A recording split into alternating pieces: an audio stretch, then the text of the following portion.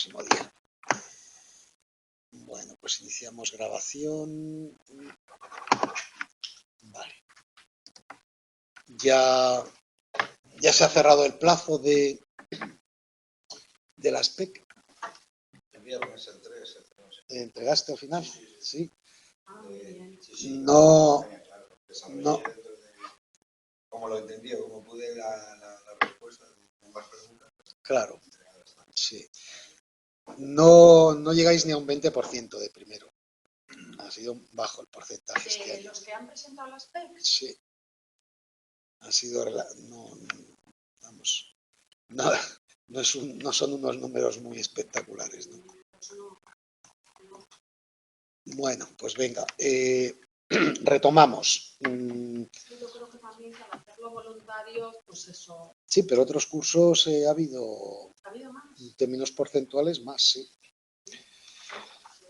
Bueno, habíamos visto lo que era la cultura, en fin, la importancia que tenía, y ahora estábamos metidos de lleno en los modelos, ¿no? El primer modelo, el primero que se planteó estos temas de dimensionar las culturas para poder compararlas y ver efectivamente qué influencia tenían en nosotros, ¿no? Recordar que estamos en psicología social, por tanto, ese componente cultural, societal, de fin, que siempre hemos hablado, es muy determinante, ¿no? En la forma en que nos influye y podemos explicar el comportamiento de la gente. Por ejemplo, quién ayuda a quién, pues muchas veces, dependiendo de variables culturales, con independencia de aspectos de personalidad, de la gente que por sí pueda ser más o menos generosa, sabéis que también el tema cultural, ¿no? Determina, ¿no? Una preferencia, ¿no? por ser más o menos, plantearse más o menos ayudar o no a los demás. Bien, entonces habíamos visto individualismo, colectivismo, que hemos dicho que es la que más, digamos, la que más éxito ha tenido como dimensión cuando se comparan culturas. También habíamos visto masculinidad, feminidad, ¿recordáis? Habíamos visto evitación de la incertidumbre, también, ¿no? Sí, dentro del modelo de un individuo, ¿no? Dentro del modelo de Hofstede, que era el principal y el que inició esto.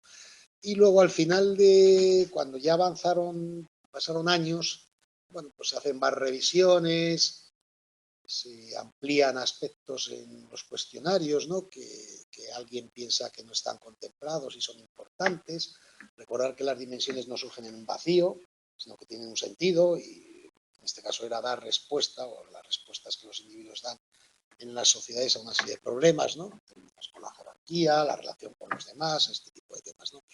Y bueno, vieron que podíamos incluir dos dimensiones más, que llamaríamos dos factores más. Cuando estudiéis algo de metodología, un poquito más, o análisis de datos y todo esto, pues ya os explicarán con más detalle lo que es el análisis factorial como técnica estadística, que ya la hemos comentado un poquito, ¿no? Entonces, bueno, pensaron que necesitamos dos factores más o dos dimensiones más para abarcar una explicación de conjunto, ¿no? Y esto era orientación temporal e indulgencia restricción. Entonces, bueno, pues lo mismo, ¿no? Sociedades que son preferentemente orientadas al corto plazo frente a el largo plazo. Y recordar siempre que estamos hablando como tendencia, ¿no? No que los individuos en particular se ascriban, ¿no?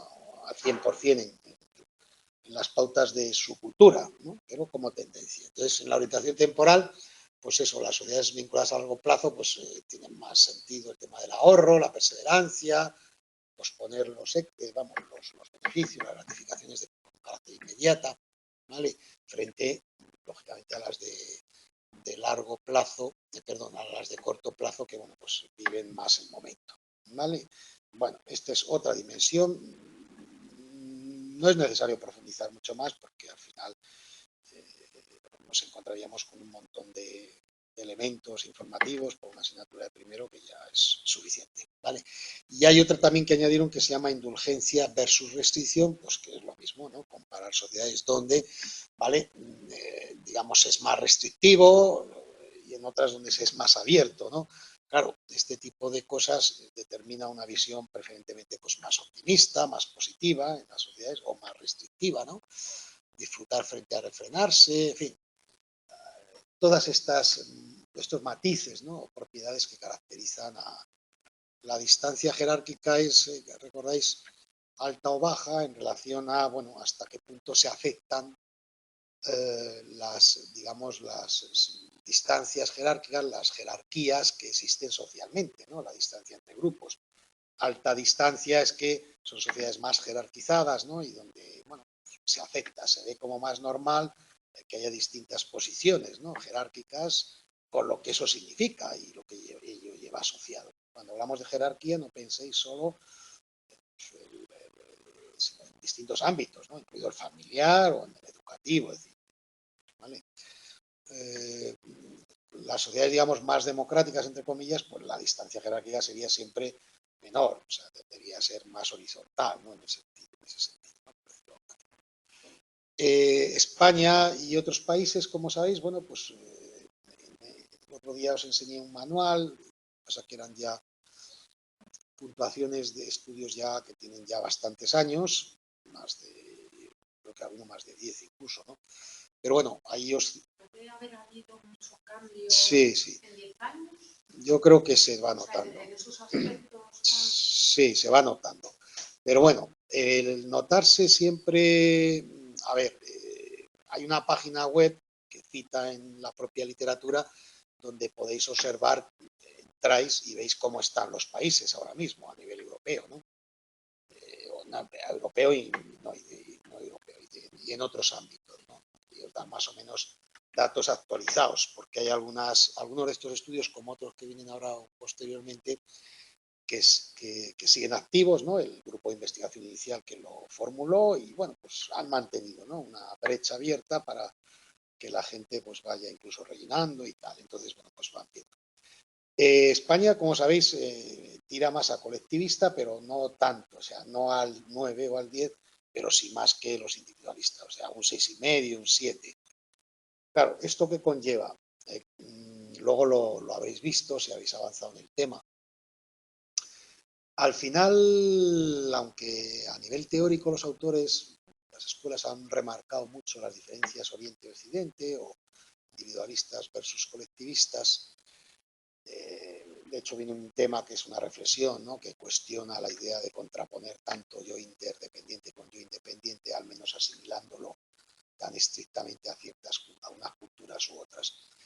En realidad, si luego combinas individualismo o colectivismo alto-bajo, imagínate, con alto-bajo masculinidad, feminidad, con alto-bajo distancia jerárquica, etcétera, claro, te salen ya una serie de combinaciones donde los matices son importantes. Es decir, no es lo mismo una sociedad individualista de baja distancia jerárquica que una sociedad individualista de alta o colectivista de alta y de baja. De hecho, los modelos siguientes que planteó Triandis intentó mezclar un poco esos criterios, ¿no? El individualismo, colectivismo, pero teniendo en cuenta también si era una sociedad más jerárquica, más vertical o más horizontal.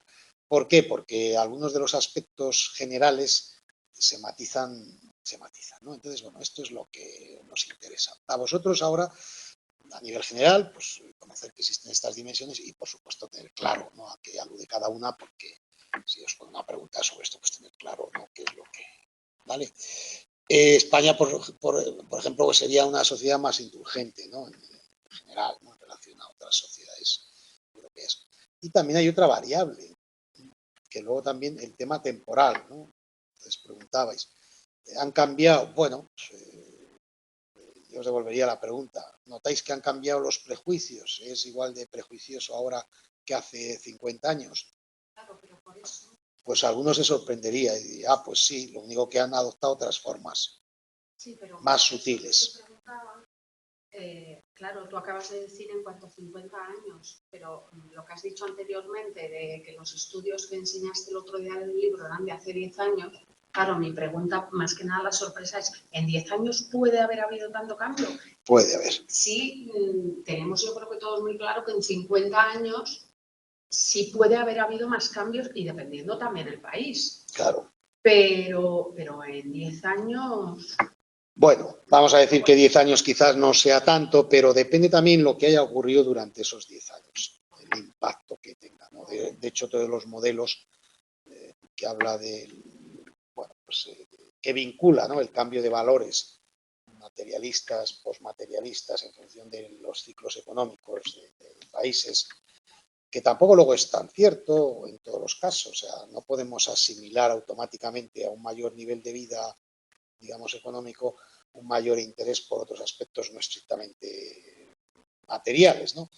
Porque, bueno, pues hay países muy ricos, pero hay aspectos, pues, de religión o de costumbres que determinan a veces que siga habiendo un apego, ¿no?, por valores más tradicionales, ¿no? Porque materialistas no solo se refieren a aspectos vinculados con el nivel de vida, ¿no?, en el aspecto material, sino lo que implica también reconocimiento de la autoridad o papeles o roles más tradicionales, hombre-mujer, etcétera, ¿vale? Bueno, entonces, de aquí lo que os interesa es eso, ¿no?, cómo estos modelos, cada uno interpreta la realidad de una forma y simplemente nos ayudan a identificar culturalmente a distintas zonas geográficas, porque sabéis que la cultura no coincide estrictamente con un territorio específico, sino amplio. Y, bueno, pues eso a la hora de, bueno, curiosamente luego al final, cuando vincula cultura con comunicación, pues no sé si habéis llegado, pues nos da unas pautas, ¿no?, de cómo relacionarnos con gente donde, o que proviene de culturas predominantemente de un tipo o de otro, ¿no?, qué aspectos deberías tener cuidado, ¿no?, a la hora de tratar con ellos si quieres que la comunicación sea efectiva, ¿vale? Eso hace poco lo estuviste comentando también. Sí. Sí, eso es. Entonces, bueno, Triandis es el siguiente modelo que nos ofrece aquí, ¿veis? Vienen varios modelos, ¿no? Y mezcló las dimensiones individualismo-colectivismo, pero lo amplió y habló que ambos pueden a su vez ser vertical y horizontal, relacionándolo con el tema de la jerarquía, ¿no? Si vamos un poco, ahora volvemos ahí, simplemente, ¿veis? Aquí viene un gráfico, un cuadro, el 13.2, ¿no?, donde veis, bueno, pues intenta remarcar sociedades donde predomina un individualismo, pero no es lo mismo que sea horizontal frente a vertical, ¿no? Entonces conlleva, bueno, pues espacios, ¿no? Mientras que el vertical es más orientado hacia el logro, el triunfo personal. El otro, bueno, pues es individual, pero digamos más suave, ¿no? Bueno, el que no te anulen, el tener tu espacio propio, pero no significa necesariamente el logro, el éxito, la competitividad. O sea, sí que es en cierta medida porque es individualismo, pero no es lo mismo un individualismo horizontal, que es un poquito más plano, o que vertical, que mantiene en un extremo más el aspecto jerárquico, ¿no? Y lo mismo con el colectivismo, ¿no? No es lo mismo el vertical que el horizontal, ¿no? El vertical es más, pues eso, el respeto, mantenimiento de las jerarquías, el estatus, el poder de cada uno, ¿no? Mientras que el horizontal determina más esa ayuda hacia los demás, ¿no?, el valorar la armonía de grupo, prestar atención, ¿no?, intentar conservar las relaciones y los demás. Vale. ¿Problema de esto? Ninguno, simplemente pues que nos permite tener una idea un poquito más. Por ejemplo, en la conducta de ayuda, que es un tema que elige aquí para ejemplificar, aunque luego no lo desarrolla mucho, en principio, en general, el individualista sería menos solidario, colaborador o menos altruista, en principio, ¿no?, por definición, frente al colectivista, ¿no? Entonces, bueno, sin embargo, pues si mezclamos ya un individualista horizontal o un individualista colectivista, a la hora de medir la ayuda, el altruismo, pues hay diferencias ya entre ellos, ¿no? Y el individualista colectivista horizontal sería más generoso, más altruista que el otro. Dentro que en bloque, individualismo frente a colectivismo, son más altruistas los colectivistas. Pero repito, cuando introduces matices, profundizas, como decimos, algo más, y aunque se mantienen esas correlaciones generales, ya son más matizadas. De hecho, incluso los colectivistas en general tienden a ser más altruistas, pero con su propio grupo. Cuando es con otros grupos, no. Mientras que el individualista, como está menos vinculado a un grupo concreto y se define más por vínculos laxos, o sea, poco intensos con distintos grupos, sin embargo, en general luego puede ser más altruista hacia gente que no es del propio grupo, ¿vale? Entonces, bueno, estos matices simplemente tienen que ver con cómo cada modelo pues va un poco profundizando, ¿no? En algunas revisiones, que sabéis que siempre nos viene, ¿no? Las culturas colectivistas muestran mayor desigualdad socioeconómica, ¿vale? ¿Por qué? Porque el conformismo social, tolerancia a la injusticia, obediencia a la autoridad. Las verticales frente a las colectivistas horizontales, que bueno, pues no mostrarían tanta desigualdad socioeconómica. O sea, esa aparente armonía, igualdad y tal, ahí se rompe un poco cuando se es vertical, ¿no? Porque operan otros principios. No, porque, por ejemplo, en Latinoamérica es muy común en general el colectivismo, pero luego hay países más jerárquicos que otros y eso matiza. Por ejemplo, pues a lo mejor en Ecuador o en Perú se acepta aún más habitualmente, o en México, una cierta jerarquización y se admite como deseable, y en Argentina, pues a lo mejor es más colectivista en el sentido que no deja de ser latina, pero más de orden horizontal. Es una lucubración, ¿vale? Sí, tampoco quiere decir eso, ¿vale? Que es más distante el poder. Es claro, y se mantienen más claramente las jerarquías y las estructuras. No es un colectivismo puro de armónico para todo el grupo, sino... vertical, diferencia mucho poder, la clase alta, digamos, y luego el resto. Eso es. Colectivo, pero, eso es. Pero cuidado, los que están arriba. Son matices, ¿vale? Entonces, bueno, el individualismo colectivismo sería un síndrome, sabéis que cuando metemos la palabra síndrome, pues ya está haciendo alusión a que recoge varias facetas, varios aspectos, varios síntomas, como decimos en personalidad, o sea, eso es un síndrome, ¿no? Entonces, bueno, en realidad quiere decir que después, en situaciones concretas, por eso dice cognición situada, es decir, luego ya cada uno, pensar en un japonés que visita España o un japonés que sus padres son, yo qué sé, militares, de un japonés que sus padres, pues yo qué sé, son médicos o trabajadores sociales, se me ocurre, ¿no? Así un ejemplo un poco cortado. Entonces, la situación concreta después, dentro de tu área general, colectivista versus individualista, digamos, reelaboras, ¿no? Cada situación en particular y, bueno, lo que en tu entorno es más accesible, ¿vale? Determina tu cognición concreta, ¿vale? O sea, que no es sin más, individualista o colectivista, no, hay mucho más, aunque eso nos dé una pauta, ¿no? General, ¿no? Pero luego situada, o sea, en función de la situación concreta. Y volvemos al modelo tradicional en psicología social que elaboró Kurt Lewin en su día, ¿no? La conducta solo lo podemos explicar en base a un campo de fuerzas donde opera el individuo y el contexto en el que está actuando, que es lo que hemos repetido desde el primer día.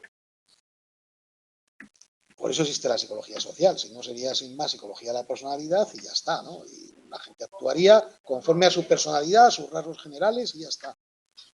Y no, hay contradicciones, hay cambios en situaciones, muchas veces viene determinado por eso, consciente e inconscientemente, siempre recordar estos procesos, ¿no? Automatismos o a veces implícitos, y a veces simplemente conscientemente por interés, ¿no? Por metas. Vale. Este ya lo hemos visto y luego hay otro autor que aquí le dedica poco, pero era un autor que es bastante importante y en otros manuales le dan más importancia. Pero bueno, aquí, como se presentan varios, lo resumen, que es Schwartz, ¿vale? Y entonces, bueno, digamos que este habla de los valores humanos, ¿no? A la hora de hablar, diferenciar las culturas y recordáis que el otro había que dar tres respuestas a la situación del mundo. Bueno, este lo que se plantea es que al final un valor es una representación cognitiva donde las culturas, la gente, en sus territorios, en su situación, digamos, todo el mundo, cualquier grupo humano tiene que responder como a tres exigencias universales, ¿no? Que serían estas, ¿no? Acordaos que vosotros también. Necesidades como organismo biológico, toda la gente tiene que tener eso. Requisitos de la interacción social coordinada y la armonía interpersonal, cómo respondo a esto, y las demandas sociales para el bienestar y la supervivencia. Bueno, este autor nos plantea que esos son los tres elementos sobre los que pivota. Entonces, esas exigencias a cada grupo humano, cómo resuelvo mi relación con los demás, cómo coordino, cómo y me alimento, o sea, las necesidades de... Bien, eso se transforman en metas que se expresan en valores, ¿vale? Si necesito comer, pues claro, tengo unas metas. Unas metas es conseguir comida y suficiente y en tiempo, ¿no? Metas. Eso se transforma en una serie de valores. Los valores puede ser cuando hay poco hay que repartir o no. Preferible que vivan 3 a que nos muramos los 20.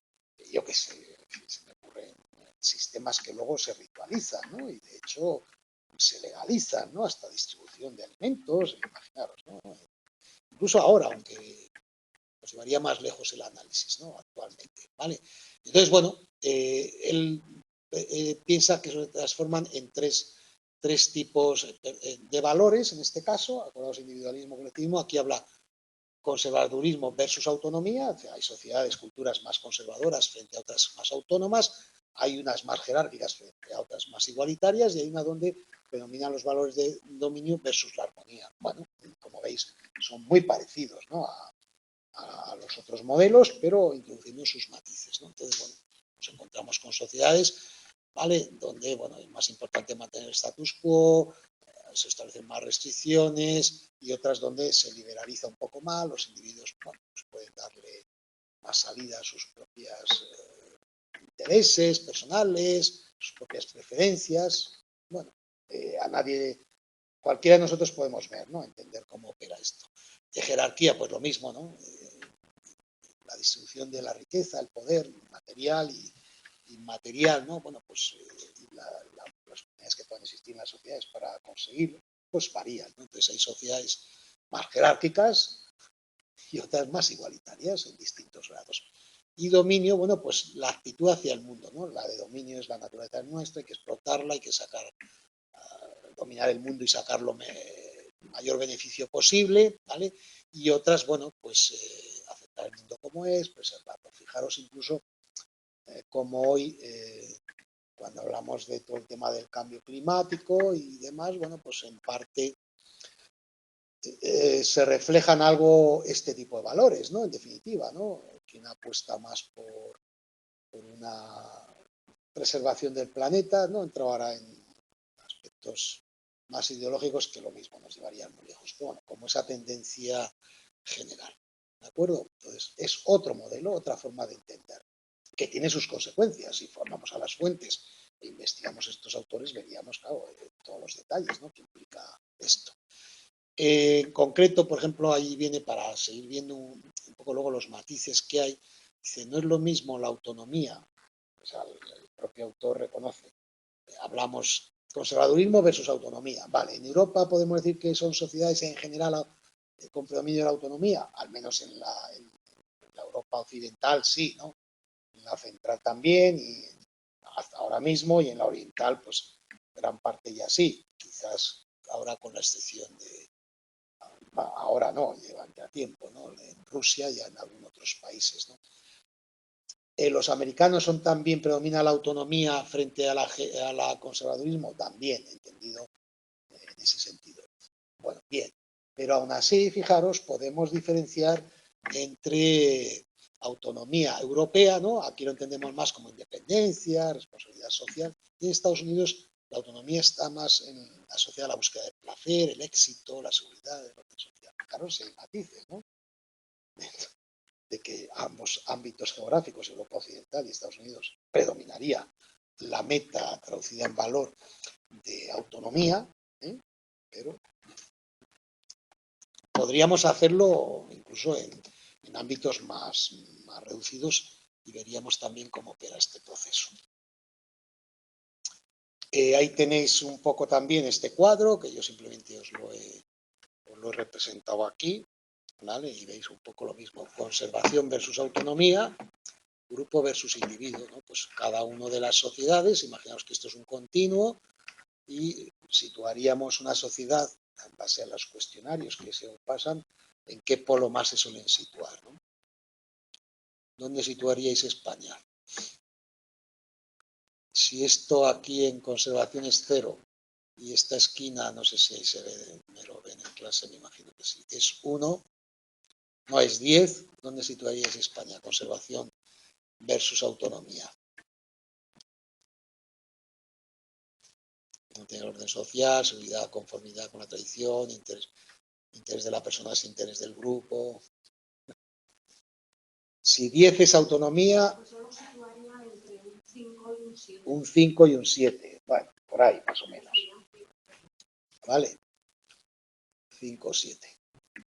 Sí, bueno, pero que tampoco es solo para que. Entonces, otra controversia, jerarquía y dominio versus igualitarismo y armonía, ¿no? ¿Vale? O forma legítima de buscar los intereses personales o grupales versus superioridad de interés personal a la igualdad y la armonía. Bueno, pues jerarquía e igualitarismo y dominio y armonía, lo mismo, ¿no?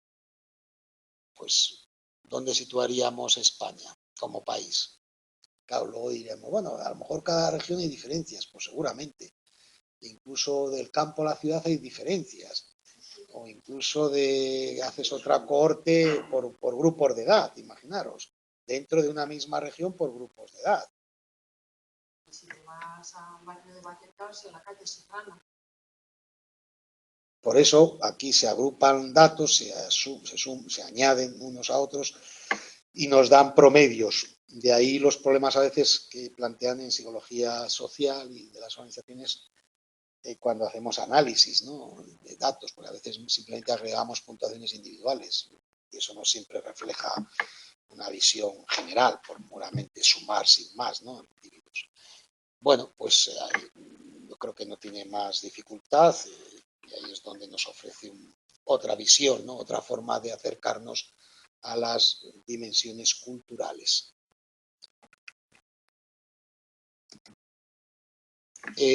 Otro de los modelos es de Inglehart. Este es, bueno, tiene sus propios matices dentro de los modelos, más que dimensiones, ¿no? Dice que, bueno, pues que digamos que las sociedades, lo que llegan a ser o los valores que van predominando, que están muy relacionados con su propio progreso, ¿no?, económico, social, ¿vale?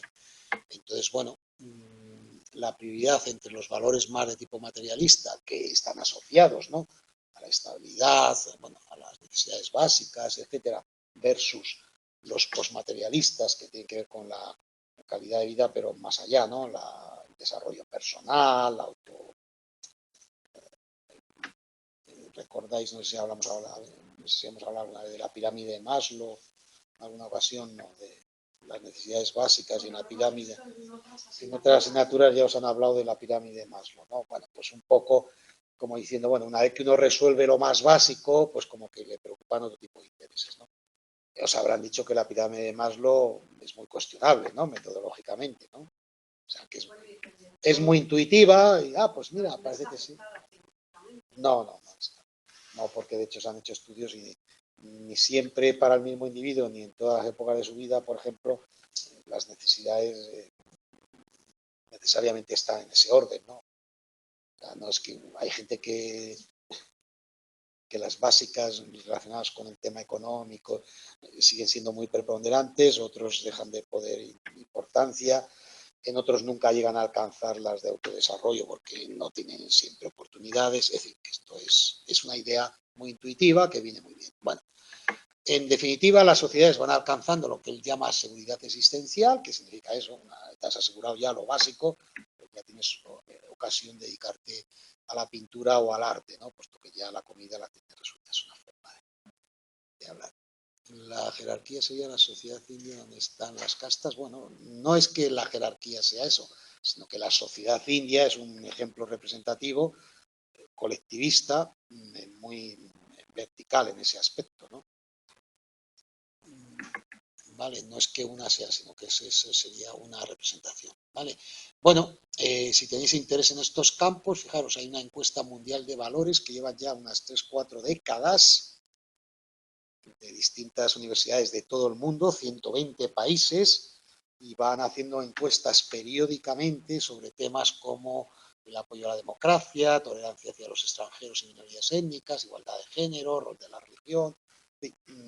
Van actualizando y acumulando, imaginaros, después de 3 o 4 décadas, miles y miles de cuestionarios comparativos de unos países con otros y del mismo país en distintos tiempos para ver cómo van cambiando, ¿no? ¿Vale? Entonces se va viendo, pues eso, que a medida que una sociedad avanza, y las sociedades industriales en general que alcanzan un desarrollo más elevado, ¿vale?, empiezan a predominar lo que llamamos aquí valores postmaterialistas, ¿no? Relacionados más con tolerancia, con unas ideas, más confianza en la gente, un bienestar, más preocupación por el propio bienestar subjetivo. Y en el polo opuesto, bueno, pues eso, ¿no? Rechazo al diferente, un elevado respeto hacia los padres, trabajo duro. Esto siempre es equívoco, porque a veces uno asocia esto y dice, ¿qué pasa? ¿Que en estas sociedades no hay respeto a los padres?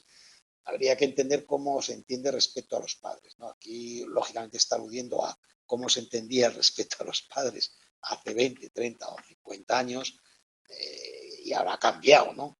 Con lo cual, fijaros siempre, alguna vez hemos aludido a ello, el otro día incluso, cuando a nivel metodológico, cuando comparas, ¿no? Hay que tener muy en cuenta el elemento semántico, ¿no? ¿Os acordáis que creo que lo comentamos, ¿no? Como hay variaciones dentro del mismo idioma y claro, respeto a los padres, parece como que dijéramos aquí que ahora no se respetara, ¿no? Cuando a lo mejor sí se respeta, pero es otro tipo de respeto, ¿no? Que ha cambiado. Estas cosas y trabajo duro, pues hay gente que trabaja muy duro ahora también, ¿no? Es decir, pasa que las connotaciones en estas investigaciones supuestamente las van teniendo en cuenta, ¿no? 7 de cada 10 consideran que hay demasiados inmigrantes en su país.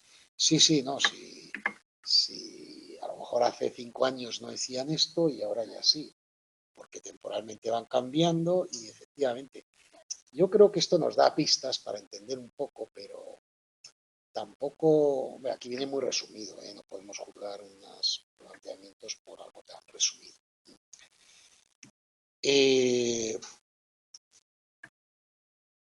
Las tasas de natalidad, por ejemplo, hay mucha gente que las asocia en parte a esto, ¿vale? En gran parte a esto, ¿no? Es decir, dicen, no, es que los jóvenes no se ponen a emancipar, dificultad para encontrar piso, todo eso es verdad, ¿no? Pero es que en los años 40 o 50, no, era todavía mucho peor, vamos. De hecho, mucha gente venía a Madrid o a Barcelona o a las grandes ciudades y se metía en cualquier sitio, ¿no? Y empezaba, no digo, y había chabolismo incluso más elevado que ahora, ¿no? Luego se redujo afortunadamente y se fueron haciendo políticas de vivienda, social, progresivamente, ¿no? Hasta que luego se paró toda la democracia y tal, se pararon bastantes planes de esos. Pero bueno, ese es otro tema. Quiero decir que no solo el aspecto económico define, por ejemplo, las familias, tener familias numerosas, ¿no? Como a veces se dice, no, claro, es que, bueno, pues una variable, lógicamente, ¿no? Pero muchas veces simplemente, pues eso, valores postmaterialistas que implican otros aspectos que ahora la gente considera más relevantes en su desarrollo vital y que lógicamente tener familias amplias, para algunos, ¿no? Es un freno para ello, para otros no. Encuentran en tener familias amplias sentido a su vida, ¿no? Y sin por ello renunciar necesariamente. Es decir, que no se pueden hacer afirmaciones sencillas. Lo que sí que hay, se ve una tendencia claramente, ¿no? Todos los países que han ido logrando un mejor nivel de vida, en general hablo, la tendencia se ha reducido la tasa de natalidad, aunque luego haya individuos concretos o familias que no sea así, ¿no? ¿Vale? Entran en valores culturales, religiosos también, pues pensar, por ejemplo, los países musulmanes y, por supuesto, los que tienen menos nivel de vida no serían comparables, pero hay algunos que sí tienen un nivel de vida elevado y no por eso han bajado las tasas, ¿no? Bueno, tenerlo en cuenta, ¿no? También tener en cuenta eso, ¿no? El tema de que decían aquí de los inmigrantes o el tema de los roles de género, cómo han ido cambiando, ¿no? Y bueno, pues eso puede dar lugar a cambios importantes, ¿no? En los valores postmaterialistas. El efecto cohorte, es decir, que cohorte quiere decir que elegimos una cohorte a nivel estadístico, es un grupo concreto, comparar en una misma sociedad a los jóvenes con los mayores y seguramente los mayores a partir de los 60, 70 años, en España, por ejemplo, es posible que todavía se conserve en gran medida lo que llama aquí valores materialistas, ¿no? En ese sentido, ¿no? Frente a, por ejemplo, a lo mejor los jóvenes, ¿no? Los más jóvenes. La tendencia general es esta. Si os pone una pregunta sería eso, ¿no? En general, a mayor seguridad existencial, pues sí, predominan los valores postmaterialistas, eso sí, pero no son únicos ni necesarios. Luego hay otro modelo, el de Fiske, que recordáis que es Alan Pace, no Susan, que es la otra autora favorita. Y bueno, presenta otro modelo, ¿no? Concreto. Aquí habla de lo que él llama la teoría de los modelos relacionales y dice que hay 4 elementos claves en cualquier sociedad en las relaciones sociales. Acordaros, nosotros eran 3, el otro respondía a 3 elementos existenciales, cada uno. Compartir comunal, es compartir recursos en grupo, jerarquía de autoridad, esta es muy parecida, equidad, igualdad y cálculo entre coste y beneficio, ¿no? Hasta qué punto pues la gente maquina en su cabeza si nos interesa o no ayudar a alguien, si nos interesa hacer esto o no hacerlo, si nos interesa conducir adecuadamente o no, o saltarnos los límites de velocidad, todo, o trabajar mucho para... Todo esto, digamos que según ella, en las relaciones sociales habría estos 4 elementos, ¿vale? Y esto se hicieron un artículo muy famoso, que claro, llama mucho la atención, ¿no? Porque decían eso, que cuando las personas dañan o matan a alguien, no lo toméis literalmente, por lo general lo hacen porque creen que deberían hacerlo. Sienten que es moralmente correcto o hasta obligatorio ser violentos. Ellos ponen varios ejemplos, estos son 4 escenarios donde la gente se pone en juego lo de compartir comunal, lo de la jerarquía de autoridad, la equidad o el cálculo de coste-beneficio. ¿Qué pensáis? ¿Pensáis que las personas dañan o matan a alguien por lo general? Por lo general. ¿Lo hacen porque creen que deberían hacerlo? Sí, claro. Lo que ya que sienten que es moralmente correcto, pero bueno, hay que meterse en la mente de un criminal, para ellos pueden pensar que es moralmente. Si tú eres un traficante de droga, que vas con una narcolancha y te viene otra, pues te sientes, claro, crees que debes hacerlo porque te juegas tú, si no tú. Bueno, en fin, vamos a tomarlo así. Si tenéis curiosidades, es un libro que publicaron en 2015, ¿vale? Y se titulaba así, La violencia virtuosa, dañando y matando para crear, sostener, finalizar y honrar relaciones sociales. ¿Es que los narcos, sus familias no tienen relaciones sociales y entre ellos? Eso lo hemos visto hace 4 días en televisión, que lo justificaban. El haber matado a los guardias civiles, el narco lo justifica. Y las familias más. O sea, venís aquí la sociedad va contra el narco, ¿no? Porque... Enfado entre niños por no respetar turnos. Cuando se les cuelan en tal. Y se enfadan e incluso se pegan. Bueno. Y para ellos es moralmente aceptable. Sí, sí. O incluso los regímenes... Cliente estafado. Claro. Sí, que el dañar no es solo matar, que sí que hay muchos otros escenarios, como dice ahí, donde se cumplirían todos estos aspectos, ¿no? Es curioso. Yo este libro, porque este autor no lo citaban en los modelos, en este libro tengo que hacerme con él. No lo conocía. ¿Qué página es? En la 197 hace alusión a este libro. Voy a ver si lo encuentro. ¿Ves? En todos estos escenarios, desde el colegio, desde el patio de un colegio hasta la cola de un cine o la llamada de un cliente a una de telefonía que te ha cobrado de más o no te atiende, hasta te está persiguiendo a alguien. Bueno, entonces advierten temas de justicia e injusticia, ¿vale? Pero todavía añadieron, algunos autores han añadido más criterios, o sea, a la hora de valorar las relaciones sociales, ¿no? Los modelos de reciprocidad, territorialidad, o sea, imaginaos si se complica el modelo. No, es que es que soy yo siempre el que estoy cediendo. Ya la reciprocidad se rompe. O territorialidad. Se están metiendo en mi territorio, territorio en sentido amplio, no solo físico, sino el personal, el familiar. Es decir, bueno, según qué contextos, por eso dice que se pueden hacer más salientes unos criterios u otros. Es decir, que no es tan sencillo, ¿no? Determinar muchas veces lo que es justo e injusto, sí, podríamos ponernos de acuerdo. De hecho, se supone que socialmente nos ponemos de acuerdo para dotarnos de unas costumbres, unos elementos culturales que se transforman en leyes que eviten, ¿no? Que nos eliminemos unos a otros, ¿no? Que es de lo que se trata. ¿Vale? Bueno, De ahí saca algunas conclusiones, yo os he resumido algunas porque vienen muchas más. Por ejemplo, la imagen independiente no es equiparable sin más a competitividad, ¿no? Eso que hemos dicho desde el principio, el modelo Hofstede, ¿no? Individualismo, ser competitivo y tal, bueno, pues no siempre, ¿no? El yo independiente, porque no, simplemente pues no quieres competir con otros, pero quieres sentirte único, ¿no? Y no tener lazos o vínculos demasiado estrechos con los grupos. Entonces, claro, lo que viene a llamar la atención es que no podemos adoptar esas dimensiones de manera tan estricta, ¿no? Y diferenciada, ¿vale? Porque independiente implica competitividad, sí, pero no necesariamente se es más competitivo solo por ser más independiente. Puede ser independiente, pero no es una persona competitiva, ¿no? En el sentido de competir con otros. La interdependencia, o sea, aunque dependes de otros y parece que eso provoca armonía y vínculos, bueno, no quiere decir que luego no tengas también tus pequeñas motivaciones individuales, ¿no? Y, en fin, que veas al grupo como un estorbo para conseguirlo, esos lazos, ¿no? O sea, el querer mantener una cierta armonía, una cierta independencia, no elimina, ¿no? De por sí, como parecería a veces de esas dimensiones generales, que uno renunciaría, ¿no? Por el bien común, ¿vale? Y esto es un poco en este marco cuando se plantea ya, o muchos autores han planteado, ¿no?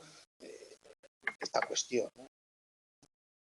¿Realmente podemos diferenciar tan claramente en las culturas que existe un yo más independiente y otro más interdependiente? Recordáis que en el tema de autoconcepto ya hablamos de este tema, ¿no? Y parece que se daba como hecho, ¿no? Hay dos autoras, ¿no? Pues Marcus y algún otro más, ¿no?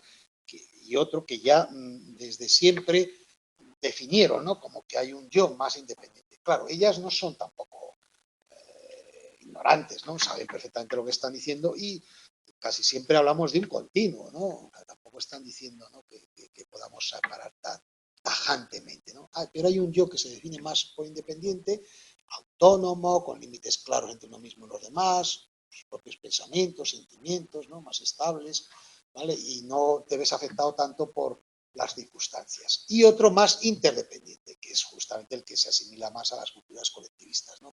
Los límites son más flexibles y difusos con uno mismo y los demás, o sea, estás muy vinculado a tus grupos, ¿no? Muy sensible al contexto social, los otros son vistos como parte de tu yo, y los otros así te ven también a ti, ¿no? En fin, bueno, esta sería una polémica tradicional en psicología social, ¿no? Que ha tenido un marcado matiz, ¿no? Diferenciador a la hora de hablar de culturas donde predomina un yo independiente que un yo interdependiente y que, bueno, pues hay algunos autores que están, digamos, que están cuestionando que esto sea así, que ojo cuando hagamos esos análisis transculturales, tratemos la agresión, el altruismo, la gestión de conflictos, la comunicación, el liderazgo y metamos la coletilla de individualista colectivista, ¿no? Que sí, que está bien, pero y entonces nos lleve a pensar, no, los líderes de tales países son más de carácter interdependiente y los del otro más, y nos podemos dar una buena torta, ¿no? Intelectualmente, porque justamente a lo mejor es al contrario, ¿no? En los países colectivistas han predominado, aunque el yo es independiente, el liderazgo es al revés, más jerarquizados, ¿no? Más marcados frente a los individualistas en distintas épocas, ¿no?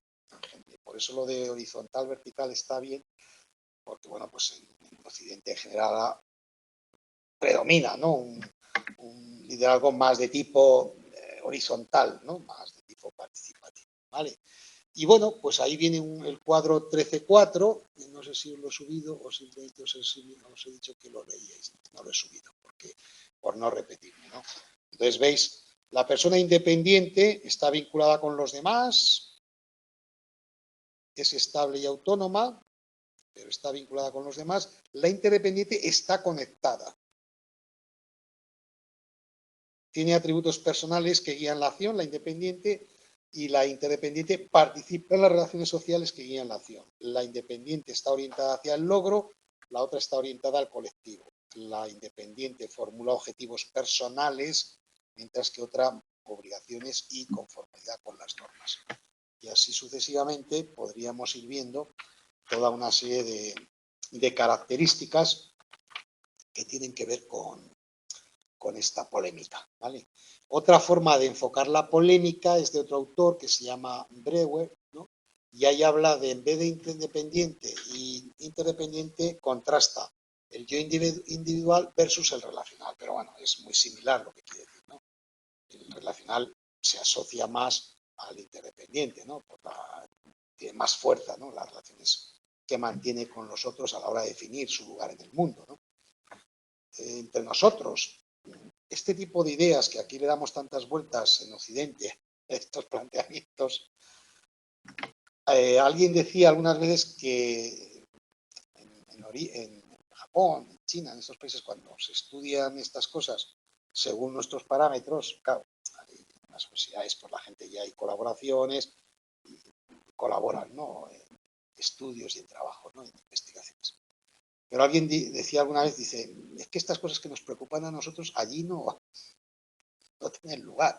O sea, no se replantea a nadie si es independiente o interdependiente. O sea, da por hecho que forma parte de un grupo, de una familia o de un estado o de una empresa y no se plantean esto como aquí, ¿no? Como que en Occidente nos plantearíamos más la voluntariedad o no de pertenecer o vincularnos a los grupos, ¿no?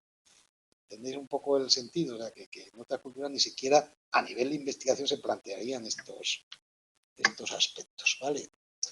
Entonces, bueno, en la revisión es eso, se cuestiona ese paralelismo tradicional que se ha hecho entre Occidente se llama más yo independiente y el Oriente interdependiente, ¿no?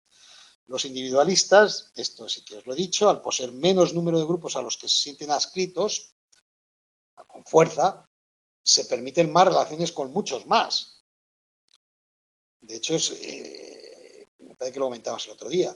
En países occidentales la gente está más vinculada a grupos, desde los criadores de mariposas hasta los que les encantan el cine negro, que en otras culturas, ¿no? Que ahí son más estrechos, pero con menos grupos. Aquí se ven un poquito más liberados. Bueno, algo que yo creo que se viene repitiendo como hilo conductor en toda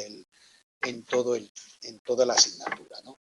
Las concepciones multidimensionales, en este caso del autoconcepto. Es decir, oiga, no se quede solo en calificar independiente e interdependiente, sino que hay matices importantes de otras dimensiones que nos ayudan a entender mucho mejor, ¿no? El autoconcepto, ¿vale? Fijaros, Vignoles tiene una escala, ¿no? Donde este incluye 7 factores para incluir el autoconcepto. En realidad, esto está vinculado con el tema del autoconcepto. Recordáis que ahí ya lo advertíamos, ¿no? El autoconcepto se entra en esta segunda parte, ¿no? El tema 6, ¿no? El tema... ¿Vale? Bueno, aquí Vignoles habla de autonomía y confianza, sentido de la autocontención, ser diferentes versus ser similar, siempre es contraposición, ¿no? Interés propio versus compromiso con los demás, coherencia versus variabilidad, autodirección, etcétera, ¿vale? O sea, es otra forma de acercarnos, ¿no? Y si tenéis ganas, ¿no? de seguir profundizando sobre este tema, fijaros, ¿no? En el cuadro 13.5, ¿no? ¿Vale? Una descripción del yo independiente, ¿no? La autosuficiencia es confiar en uno mismo, la diferencia yo-otros definirse a sí mismo en términos diferentes a los demás, enfatizar los propios intereses, etcétera, etcétera. No creo que os pregunten un tema de estos en concreto, sino esta idea general, ¿no? En realmente esa vinculación tradicional entre culturas individualistas, ¿vale? Predominan el yo definido de manera independiente y las culturas colectivistas el yo interdependiente, bueno, pues hay que cuestionarlo, ¿vale? Y también, bueno, tenéis un cuadro 13.6, que tampoco he querido aquí reflejarlo porque era repetirnos, ¿no? Factores resultantes de la aplicación transcultural, ¿vale? ¿Cuáles son las variables que Singelis establece, ¿no?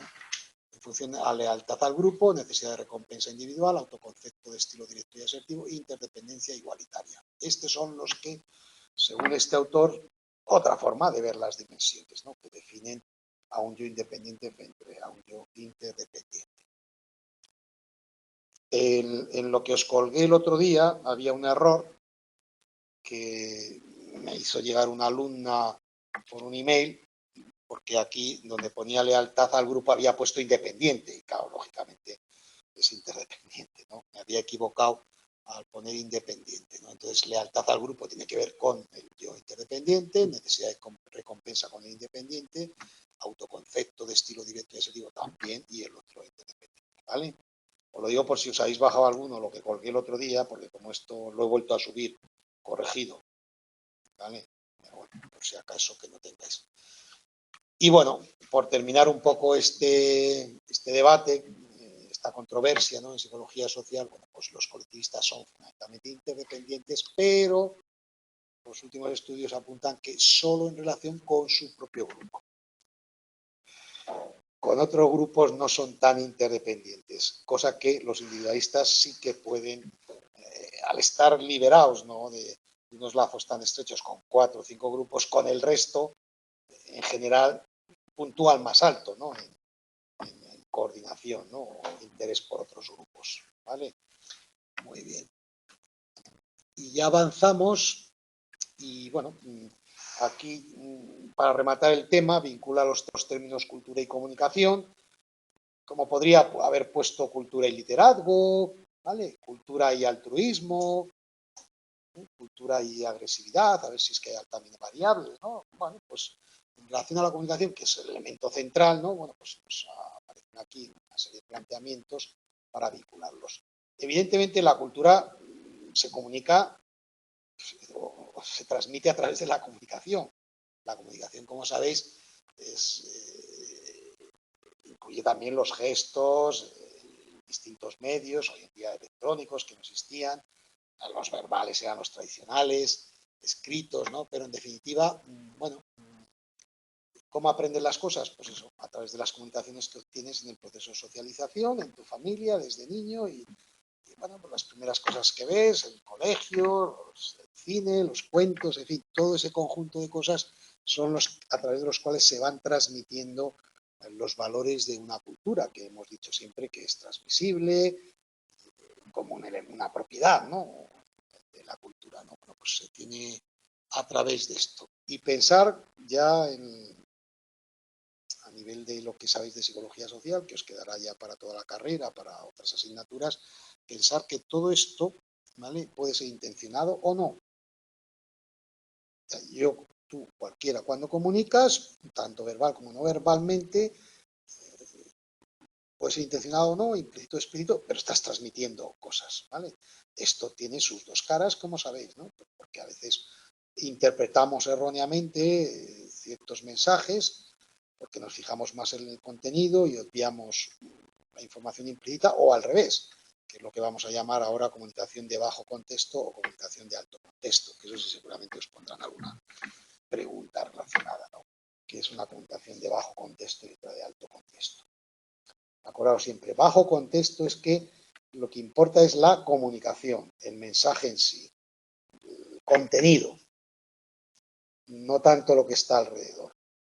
Y alto contexto es cuando te da más información la situación que rodea, las condiciones en las que se da cierta información y cómo se da, pues con gestos, con movimientos, todos, pero el Sálvame de Telecinco, que es ese tipo de comunicación es de alto contexto. Claro. Sí. A ver, también tener en cuenta que las situaciones no son a veces tan puras, en el sentido como aquí a nivel analítico se diferencian, ¿no? Alto de bajo. En la práctica, en fin, hay elementos que se dan a la vez y se confluyen, ¿no? Pero lo que distingue, y lo curioso es que hay culturas de alto contexto y bajo contexto. Las americanas, que son de alto o bajo contexto. Las americanas, estadounidenses, bajo, o sea, quieren ir al grano, ¿no? Nada de, aunque luego hay elementos, pero como tales culturas, ¿vale? Las orientales, latinoamericanas, dentro de los grados que estamos hablando y que luego hay diferencias personales y tal, tienden a ser más contextuales, más retóricas, los sí no siempre significan sí, está rico no quiere decir que está estupendo, simplemente que, bueno, que pasa, pero por simpatía, pues la aludir a que una cosa está rica simplemente es una algo social, de bueno, pues no desagradar un poco al, pero no porque esté realmente rico. Aquí digamos, bueno, no está mal. Pero si dices, bueno, no está mal, ya estás dando las claves de que tampoco está tan bien, ¿no? Porque buscan otro tipo. Bueno, todos estos elementos, bueno, si al día de mañana trabajáis en el área de comunicación, pues bueno, pues son muy relevantes. De hecho, en clínica son súper relevantes, claro.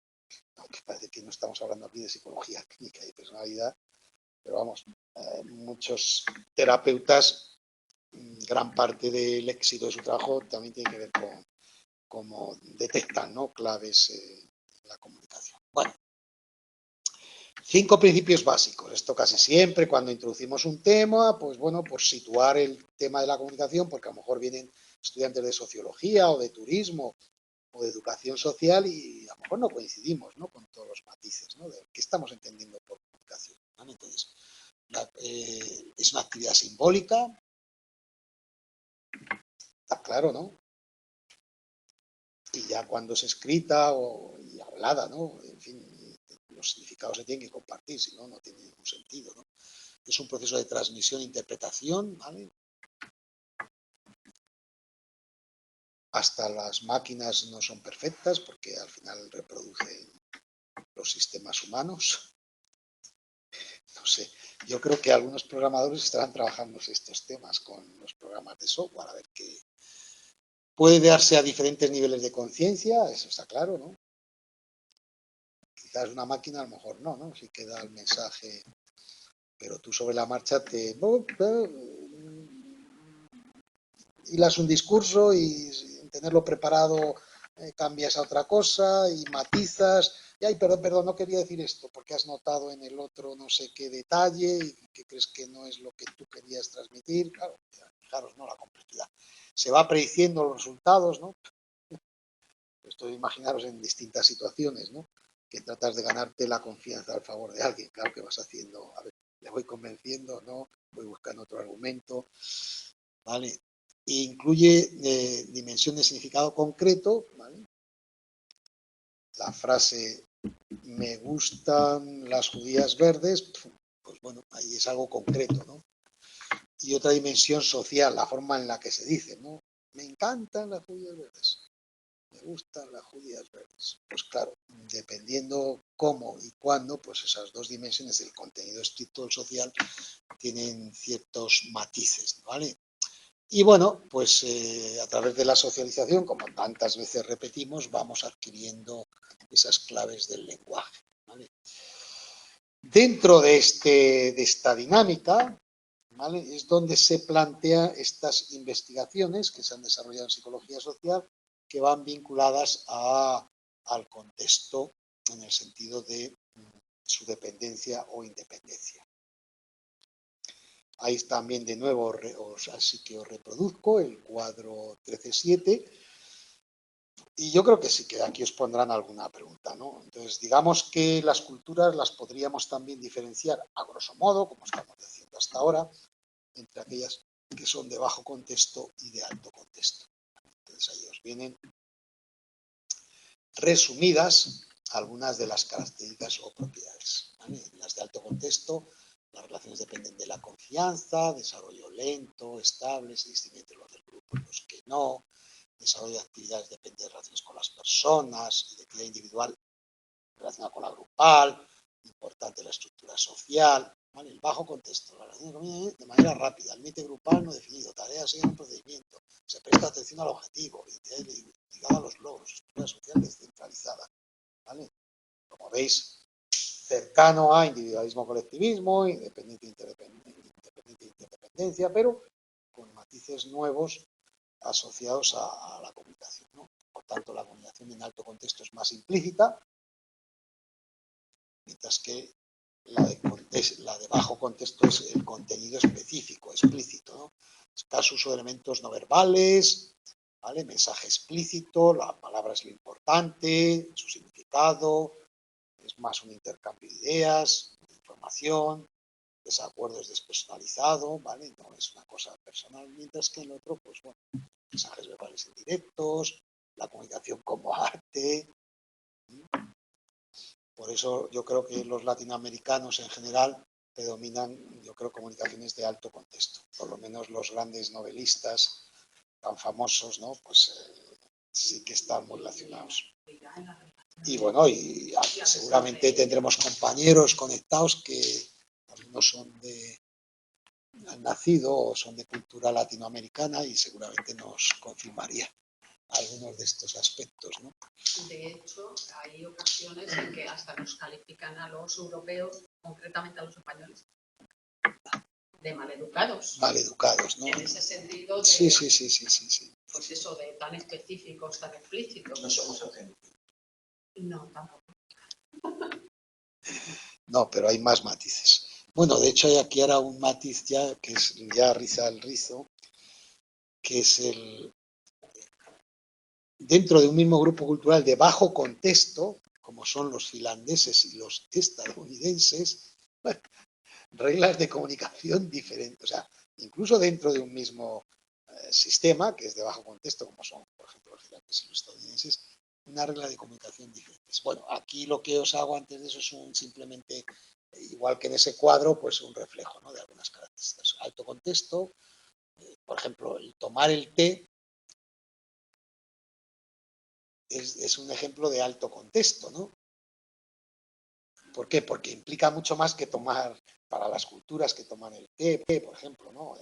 También es algo más, ¿no?, que simplemente tomar un té, como pues tomar otra cosa diferente, ¿no? Sino, bueno, la ceremonia que implica eso, en fin, la hospitalidad, todo ese tipo de elementos, ¿no? Entonces, claro, la comunicación de bajo contexto, pues claro, el lenguaje científico sería el ejemplo más claro, ahí donde se trata de eludir términos que signifiquen pensar, por ejemplo, lo escurridizo que es conceptualmente, como habéis visto durante todo el curso, definir algunos términos, que siempre en la introducción siempre nos dice, hay dificultad para que los autores se pongan de acuerdo, ¿no? Entonces vamos a entender por esto, porque justamente se quiere huir de alto contexto, ¿no? Entonces definir los términos en un significado que todo el mundo lo interprete en los mismos términos, ¿no?, en los que cualquiera dentro de culturas diferentes.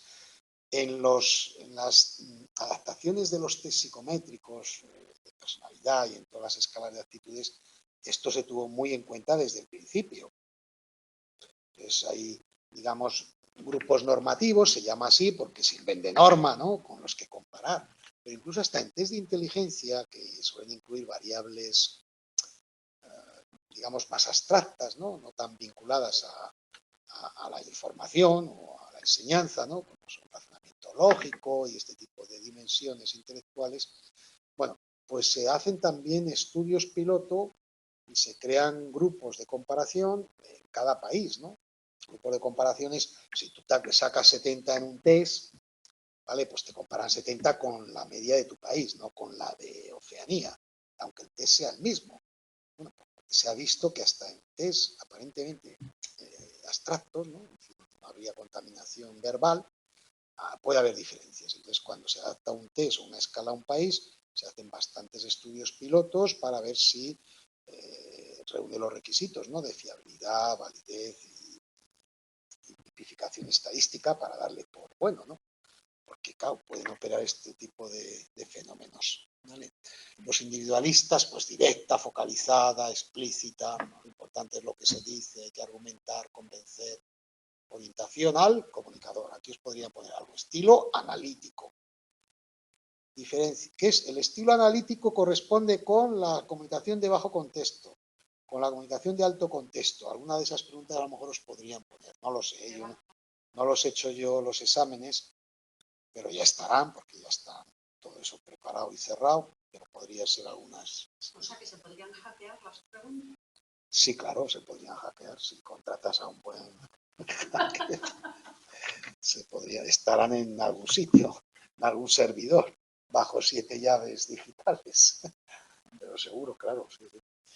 Sí, porque claro, tiene que organizarse ya todo. Es que ten en cuenta que en 2 semanas. Claro, sí, sí. Pues claro, en todos los centros, como sabéis, bueno, sí, ya os habéis examinado la mayoría una primera vez, pues llegas con tu DNI o con tu número de carnet y te sale automáticamente qué examen tienes y de qué, entonces, claro, todo eso está ya preparado, ¿vale? Fijaros un poco en el cuadro 13.8, que es simpático, ¿no? Al comparar finlandeses con estadounidenses, que ambos son de una misma, digamos, unidad cultural, en este caso de bajo contexto, ¿vale? Finlandia, no decir cosas obvias, en los Estados Unidos hablar por hablar para mantener contacto, aunque sea sobre obviedades. En Finlandia hablar sobre temas relevantes e implicarse, yo creo que son más de bajo contexto todavía que los americanos. Los Estados Unidos hablar sobre temas personales, aunque no sean de trascendencia moral. Los finlandeses no hablar de temas conflictivos, estadounidenses hablar de todo tipo de temas, sentirse libre de expresar las ideas. O sea, los matices que existen, esto nos lo van a preguntar, ¿no? Nos van a preguntar. Si os pueden preguntar algo relativo a por qué puede haber diferencias, pero no en concreto si al hablar con alguien se está invirtiendo esfuerzo personal sobre opiniones válidas y en el otro no se está convencido y posteriormente poderse retractar, no van a llegar a ser. Y algunas culturas colectivistas, por ejemplo, valoran la exageración, la repetición, el uso de superlativos. Está riquísimo, ¿no? Te dicen en Latinoamérica y aquí nos dicen, bueno, no está mal, ¿no? Tampoco, pero ellos, bueno, pues por su forma de cultural de alto contexto, pues determinan un poco esas diferencias. Y luego, sin embargo, los colectivistas, pues claro, no tienen nada que ver, ¿no? Los latinoamericanos con los asiáticos o gran parte africanos, que son más deporte colectivista, pero también hay esos matices, ¿no? Combinando otras dimensiones culturales. Y ya por último, nos da unas pistas para relacionarnos con gente que pertenece a distintas culturas, donde con claridad vemos que hay una predominar una de las dimensiones culturales de Hostel, ¿no? Entonces, bueno, si mañana tenéis que viajar a algún país por relación de trabajo, de algún tipo de estos, ¿no? Pues, y tenéis en el cuadro es el país de qué aspectos predominan, pues tener cuidado un poco, ¿no? Cómo os dirigís a ellos. Si tenéis compañeros en el trabajo que proceden de culturas marcadamente de una de estas dimensiones, pues también sería interesante, ¿no? Que tengáis en cuenta este tipo de cosas. Y aquí que ponía, ponemos dinero entre todos. No sé por qué decir. No, que pone aquí, ponemos dinero entre todos. No sé. He hecho yo algún comentario. Para hackear, perdón, para hackear. ¿Ves qué buena idea? Para hackear. Dile que me llame. Sí, sí. Vamos a formar un crowdfunding de esos. Bueno. Esa no era tu finalidad. Es verdad, se me olvida. Oh. A ver, esto general para todos. Si os consideráis hábiles en comunicación, ¿vale? Sois personas que toleráis y manejáis la ambigüedad y el estrés. Aquí ya veis que mucha gente la tacharíamos directamente de gente a nivel público que conocemos, que no tolera ni maneja la ambigüedad y el estrés. Mal. Eres capaz de establecer una comunicación efectiva, ¿no? Saber escuchar, ¿no? Establecer y mantener relaciones con extraños, predecir y entender las conductas de los otros. Y bueno, esto cualquier psicólogo yo creo que tendría que tener estas tres cualidades, o si aspiráis a ser psicólogos profesionalmente, en muchas profesiones. ¿Vale? Pero bueno, para vuestra tranquilidad, las diferencias culturales son de grado, no absolutas, ¿vale? No absolutas, dependen del grupo con el que te compares. Las personas que proceden de sociedades culturalmente lejanas, claro, esas son las que necesitan, claro, ponerse más al día, ¿no? Por eso, pues la integración latinoamericana a España es relativamente más fácil en general, hablo en general, que la de, pues, por ejemplo, los asiáticos. Es evidente, ¿no? ¿Por qué? Porque todas esas características de tolerar, manejar, establecer una comunicación efectiva, pues la facilita los vínculos culturales que se comparten comunes, aunque haya esas diferencias. Bueno. La mayor parte de las culturas sudamericanas son fruto Sí, bueno, pues claro, tienen gran parte del legado español. Sí, sí. Sí, pero también. Entonces, si os encontráis a alguien de una cultura colectivista, tened en cuenta que funciona de manera más grupal, valoran más las reuniones, pasar más tiempo juntos, dar más muestras de respeto hacia los padres. Para ellos mantener la imagen social es mucho más importante, no les amenace con críticas, no les desmienta en público, díselo luego en privado, que eso a la gente que procede de esas culturas eso le sienta fatal. Los que proceden de culturas más femeninas, en esa dimensión, ¿no? Se valora más la armonía, la expresión del afecto, se espera que se sea simpático. No malinterprete las situaciones de acercamiento. Piensas que sí, que están muy interesadas ya en ti, ¿no? En fin, evite gritar o discutir fuertemente, ¿no? Con personas que proceden de esas culturas. Las masculinas, menos nivel de expresividad emocional, no significa que no tengan interés, porque como parece que no, sino no se permite ser blando, no debe mantenerse firme, se valora más el logro, la orientación a la tarea, se evita hablar mucho, ser directo, explícito. ¿Vale? Culturas con alta distancia jerárquica, respete los títulos, el estatus, ¿no? No exprese abiertamente emociones cuando sean conflictivos, no critique a los de mayor estatus delante de otros, no comprometa a la persona de más autoridad, ¿veis? Van consejos todos en esa misma dirección. Culturas con alta evitación a la incertidumbre, se valora y más la información clara y detallada, ¿vale? No des vueltas a los temas y a los planteamientos, ¿no? Pacientes, son resistentes al cambio, eliminan el riesgo a lo desconocido porque necesitan. Aquí matices, no voy a entrar en ellos, porque no siempre todas las culturas de evitación a la incertidumbre necesitan detalle. Hay otras que justamente al contrario. Siempre que le des algo, ¿no? Una explicación, ¿no? Incluso religiosa, un tema en concreto. O sea, que tengan, que enfrenten las situaciones ambiguas a través de algún elemento que les dé una cierta seguridad, ¿no?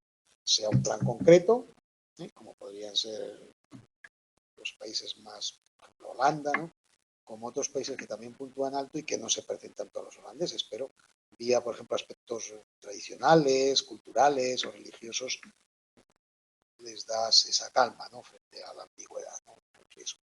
Orientación temporal, bueno, y culturas indulgentes, se valora la amistad, la interacción social, hay que ser amistoso, accesible, ¿no?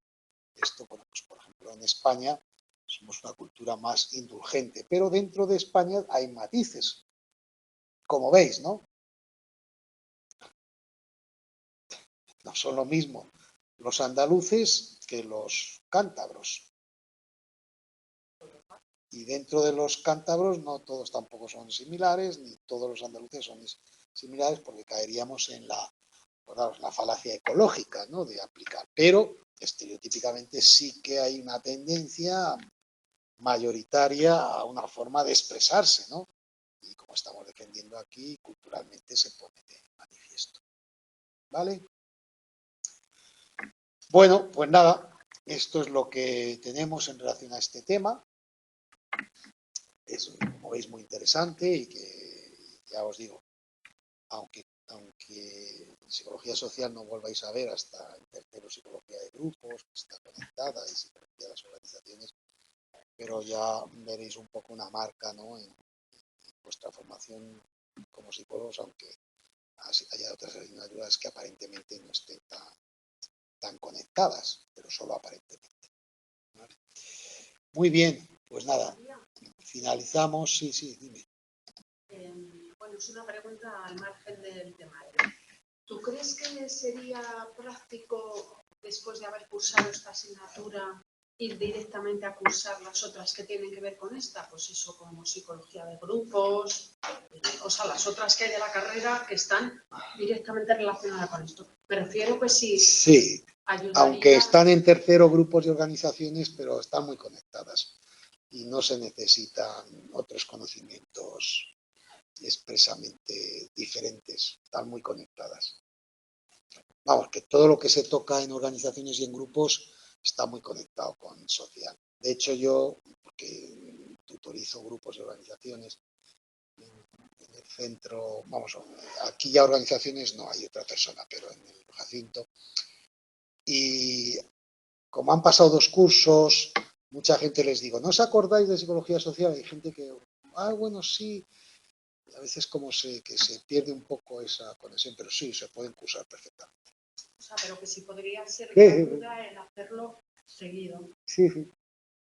Sí, Podría hacerlo porque tienes ya la base. Psicología social, para esas 2 asignaturas en concreto, es lo que se toca. O sea, que es que se profundiza. De hecho, tuvimos un tema que es psicología de grupos, como sabéis, y organizaciones. Bueno, es dar un salto, en el sentido que ampliamos a un ámbito como son las organizaciones, que no dejan de ser grupos, digamos, formalizados, con unos objetivos y unas metas más detalladas. Eso es una organización, sea una industria o una ONG o la iglesia o un hospital, ¿no? Pero bueno, hay procesos de liderazgo, hay procesos culturales, hay procesos de clima en las organizaciones, hay procesos de toma de decisiones, de influencia social, etcétera, como los que hemos visto más desarrollados. ¿Vale? Es recomendable hacer test de otros años. A ver, depende cada uno, ¿no? En principio los temas, o sea, no va a haber una pregunta que sea diferente a como son ahora. Quiero decir, los estereotipos son los mismos hace un año que ahora, a nivel de manual. Eso está claro. ¿Vale? Lo único que el formato ha cambiado, la presentación o el desarrollo de algunos epígrafes ha cambiado. Y claro, ¿eso qué implica? Pues que hay preguntas que a lo mejor ni siquiera contestaríais con la documentación de ahora y al revés. Preguntas nuevas que con la documentación anterior no las tendríais. Pero vamos, una actitud se define igual ahora que antes, lo único que ahora se ha ampliado y hay otras visiones que no se recogían.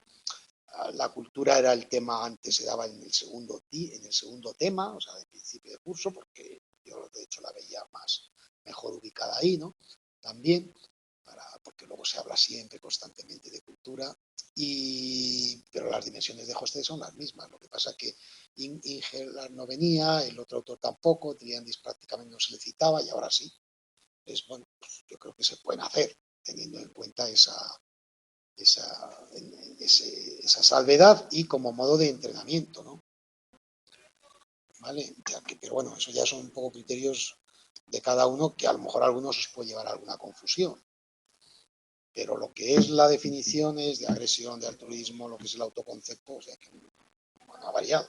Se ha enriquecido, algunos han cambiado algunas propuestas, pero no es que se hayan eliminado las antiguas. ¿Vale?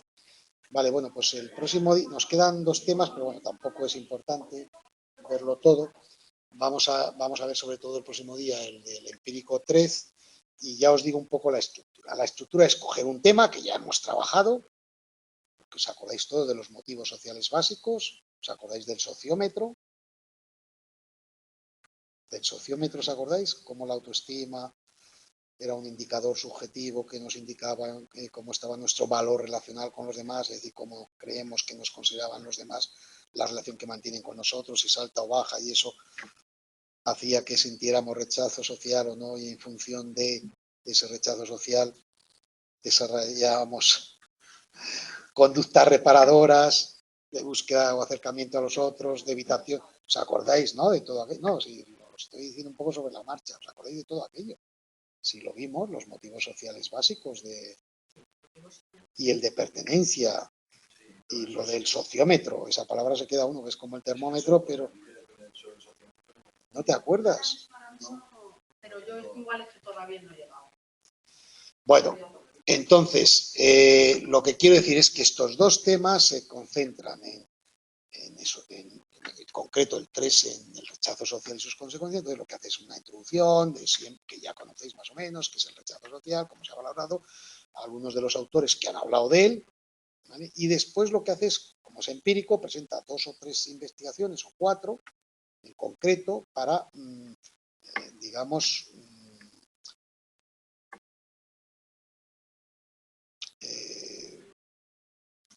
valorar el rechazo social sobre cómo las consecuencias que la víctima genera y el por qué a partir de varias explicaciones teóricas. Entonces, en cada uno de esos trabajos desarrollo ya con más detalle, a nivel empírico, y os viene una investigación, pequeñas investigaciones para soportar, ¿no?, la hipótesis, ¿no?, que mantiene, ¿no?, pues que pues el rechazo provoca un afecto negativo que es consiguiente a veces de una falta de autorregulación, y esa autorregulación o autocontrol del yo genera unas respuestas de un tipo u otro, ¿no? Pues nos presentan varias investigaciones donde se refleja eso, y por eso se llama contenido empírico, ¿vale? Una introducción inicial de qué va esto en psicología social, cómo está ahora mismo, cuál es el estado de la cuestión, ¿no?, a nivel de las distintas investigaciones, metaanálisis, y después, como es empírico, presentar varias investigaciones, varios estudios resumidos, ¿no?, sobre cómo se ha puesto a prueba las distintas hipótesis de nosotros. El 4 es parecido, pero con tema de los dilemas sociales y este tipo de temas, ¿vale? Bueno, pues el próximo día rematamos este tema. Si queréis alguna cosa más, pues ya sabéis. El próximo día tocamos los dos empíricos. No, tocaremos el 3, sobre tampoco quiero aquí liaros más. ¿Qué tipo de preguntas se hacen sobre el contenido empírico? Pues claro que tienen preguntas, pueden entrar preguntas de 3 y 4, pero no va a ser el grueso del examen. No, habrá alguna pregunta, pero no creo que se centren más en esas. Pero sí os pondré alguna pregunta para asegurarse que lo estudiéis. ¿Qué tipo de preguntas? Pues no lo sé. Vamos a ver, lo sé. En la autoevaluación que os han incluido por cada tema, pues ahí tenéis algunos ejemplos de las preguntas que os pueden poner sobre el tema del contenido empírico 3 y 4, como visteis también en la primera parte, con el 1 y el 2. ¿Vale? Echarle un vistazo a eso. Muy bien. Sí, sí, ya acabamos la semana que viene, sí. Parece mentira. Sí. Preparamos aquí unas tapas.